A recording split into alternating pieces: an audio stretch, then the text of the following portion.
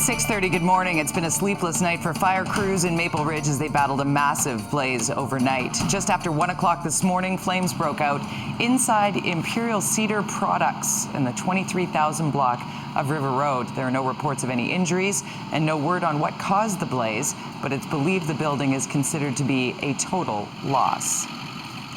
2 years after they were turned down, Paragon Development is back in the spotlight. The company has armed itself with a new casino proposal for downtown Vancouver, this time without an expansion in gaming. Greg Harper is live in downtown Vancouver with the latest. Greg?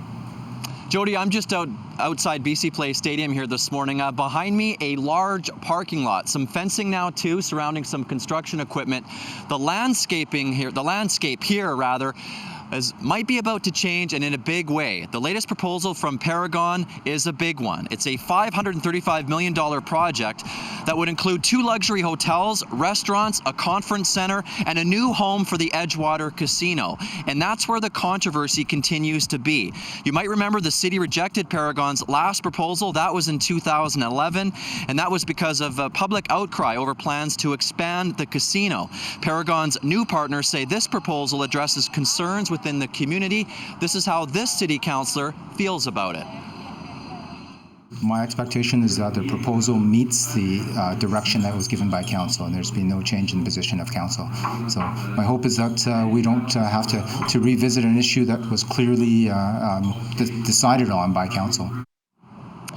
Paragon still has to submit this proposal to the city. If city councillors give this project the green light, we could see this urban resort in 2016.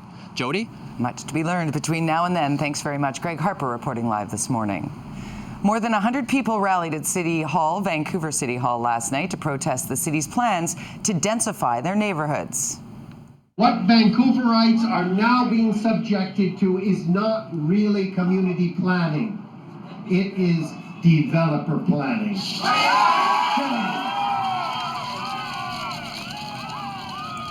Residents from Marpole, Grandview, Woodlands, the West End and downtown East Side are angry at the proposed changes and lack of consultation.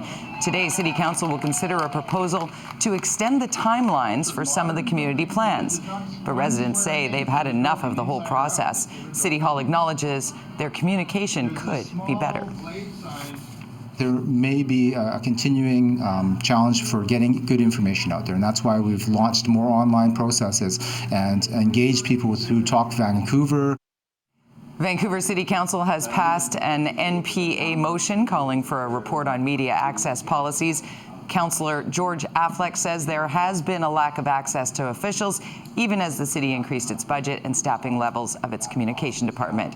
He says it's time the city gets back to separating politics from fact-based information. If you want a political answer, you ask me, or you ask Vision, or you ask the Green Party. If you want solid, based on reports, factual, this is how the report was written, this is our decision-making process, so on, so on. That you should ask staff that. International news, the death toll is rising after a massive earthquake in Pakistan. Rescuers are struggling to help thousands of people injured and left homeless. The death toll now stands at 210, but officials expect that figure to rise. That's because the magnitude 7.7 quake hit a remote and very poor district where many homes are made of mud and brick. The quake was so powerful, it created a small island off the southern coast. Authorities in Kenya say the death toll from a terror attack inside a Nairobi shopping center currently stands at 72, but they fear that number could double. That's because authorities have yet to enter the mall to recover additional victims thought to be trapped in a 3-floor collapse. It's believed attackers with weapons or booby traps could still be inside. A state of emergency has been declared in Sochi due to flooding and mudslides less than 5 months before the Russian city hosts the Winter Olympic Games. A highway leading to some of the alpine event venues was flooded by up to 2.5 meters of water, and streets in the city center are knee-deep. The head of the Russian Olympic Committee insists Sochi will be ready for the Games, which open on February 7th. Work is still underway on venues and other infrastructure.